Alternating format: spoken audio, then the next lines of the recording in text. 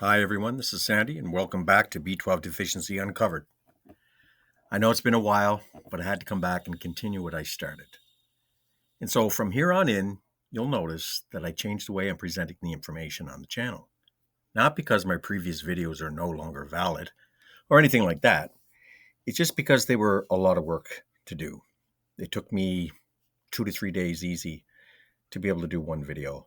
And I wanted to do more videos more frequently with more information, but that system wasn't doing it for me, so I had to change it. And not to mention that I had to use an AI voice to make it flow smoothly because it just wasn't happening with my voice. So here I am back to creating lots of ongoing content with my own voice, which is what this channel was meant for in the first place anyway. So my plan is simple. It's to educate with no fancy videos and 2 to 3 days of editing and all that stuff. So I think it's important to begin with that we have to address the simple questions first because there's so much confusion out there regarding the role of B12 in the body and how it works. But everybody is looking at levels in the blood, and that's where it all falls apart. So, in conditions where B12 has been shown in the blood to be at normal levels, for example, symptoms of B12 deficiency are still present, or they persist, or they get worse. And this is where the entire story falls apart. Because even though your levels in the blood can be normal, you can still have what's called a functional B12 deficiency, which means that it's not found in the blood, but it's inside the cells. The cells are not able to process it for many reasons that we'll get into as this series progresses. So, why did I want to do this series? It was because people are sick and tired of asking the same question over and over again about B12, and they're never getting the answers. So the labs look normal. They can even be normal high, but they're still exhausted. They still have the brain fog. They're still unmotivated. Some feel better, and then it just plateaus, it stalls, and then all of a sudden they start feeling worse. So people are confused. So basically, I'm doing this series for people who know something isn't right, and they know that B12 is part of the picture, but they don't understand why because they can't get any clear answers, not from their doctor and not even from alternative practitioners, all while they're still suffering from symptoms of a B12 deficiency, even though their blood doesn't indicate that. So, B12 deficiency, whether it's in the blood or in the cells, matters a lot because it plays a huge factor in cognitive function, nerve function, mental health function, and overall function in general. B12 deficiency is really common, but it's overlooked and oversimplified and underdiagnosed. And that's just this plain, simple truth. So what are we left with? We're just left with a blood test that's done, falls within the standard reference range, then you're told you're fine. Meanwhile, your symptoms are still present, but you're told it's not B12 because the blood indicates that it's not B12. So that's confusing, it's frustrating, and very discouraging. So at that point, what happens? People start to doubt themselves. They wonder if it's all in their head. They feel dismissed. But even worse, they feel stuck. And then they feel like, is this the way it's going to be for the rest of my life? So, and that's the furthest thing from the truth because the problem is not with the individual who has the B12 deficiency per se. It's more to do with I'm not going to say the lack of knowledge because the knowledge is out there, but the practitioners are not learned it. They're not trained in schools, and there's they're not even interested in understanding it. And so that's a big problem.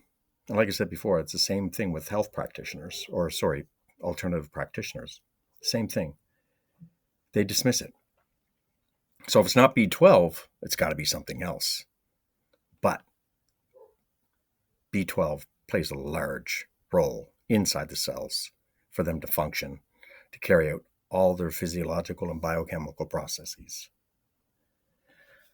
So,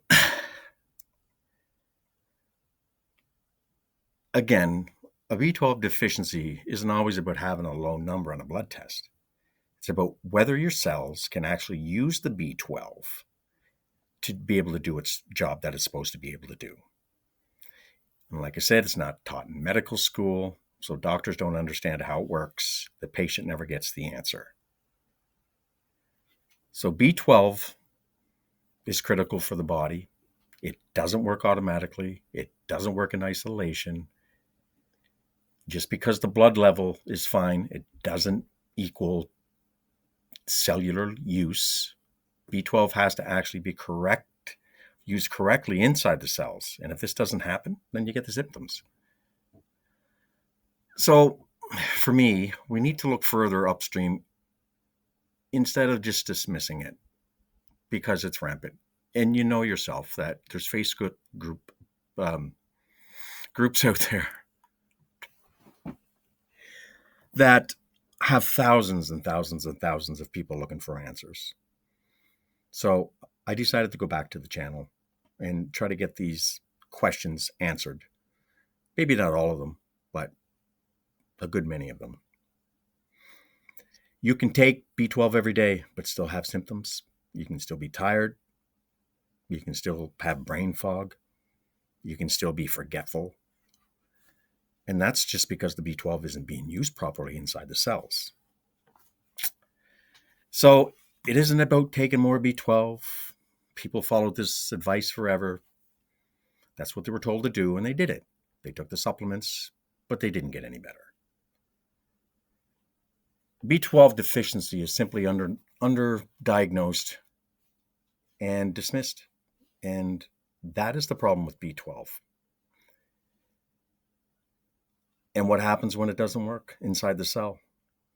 You get your fatigue, your brain issues, your nerve symptoms, your detoxification strain, your DNA repair issues, cardiovascular risk, and the entire methylation pathway process inside the cells is significantly affected.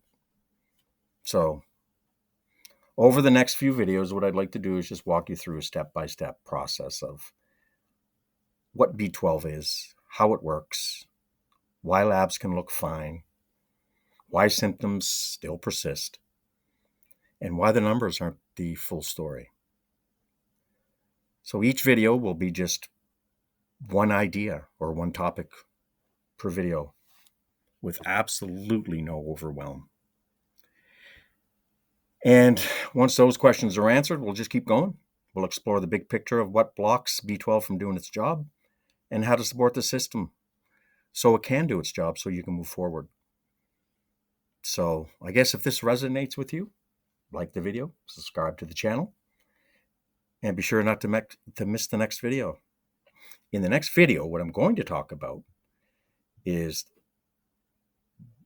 blood B12 versus cellular B12 and how it works. And I think after that video, it's going to start clicking.